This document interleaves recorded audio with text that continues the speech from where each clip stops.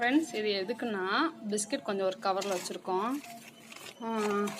இது வந்து சப்பாத்தி, நேற்று நைட் செஞ்ச சப்பாத்தியை வந்து சின்ன சின்னதாக இந்த மாதிரி பாருங்கள் பீஸ் போட்டு குட்டி குட்டியாக பீஸ் போட்டு வச்சுருக்கோம். எதுக்காகனா இது வந்து அணிலுக்கு, இந்த சப்பாத்தி வந்து அணிலுக்கு இந்த குருவி ஏதாச்சும் வரும், அதுக்காக இது வந்து எதுக்குன்னா பிஸ்கெட் வந்து இந்த எறும்பெல்லாம் இருக்கும்ல, இருங்க ஒரு இடத்த காமிக்கிறேன் பாருங்கள் உங்களுக்கு.